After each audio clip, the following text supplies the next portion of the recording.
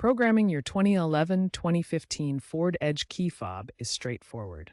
First, ensure your Edge is unlocked with all doors closed. Have your replacement fob ready, and optionally a working original. New aftermarket fobs cost $20 to $50. The programming involves cycling the ignition from off to run repeatedly while pressing the lock-unlock buttons on the fob. This process synchronizes the fob with your car's receiver module. It may take 5 to 10 minutes and can program up to 4 fobs. If the process fails, check for signal interference or try disconnecting the car battery for 10 minutes to reset the module. Remember, these fobs use radio frequency signals around 314 MHz, so ensure compatibility.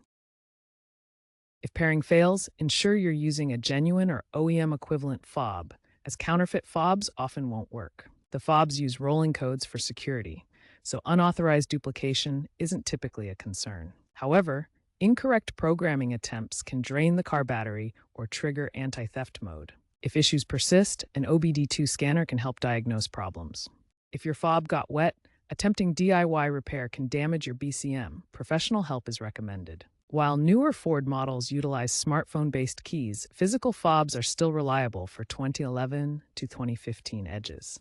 DIY fixes can save $100 to $150 compared to dealership costs, but if uncertain, seek professional assistance.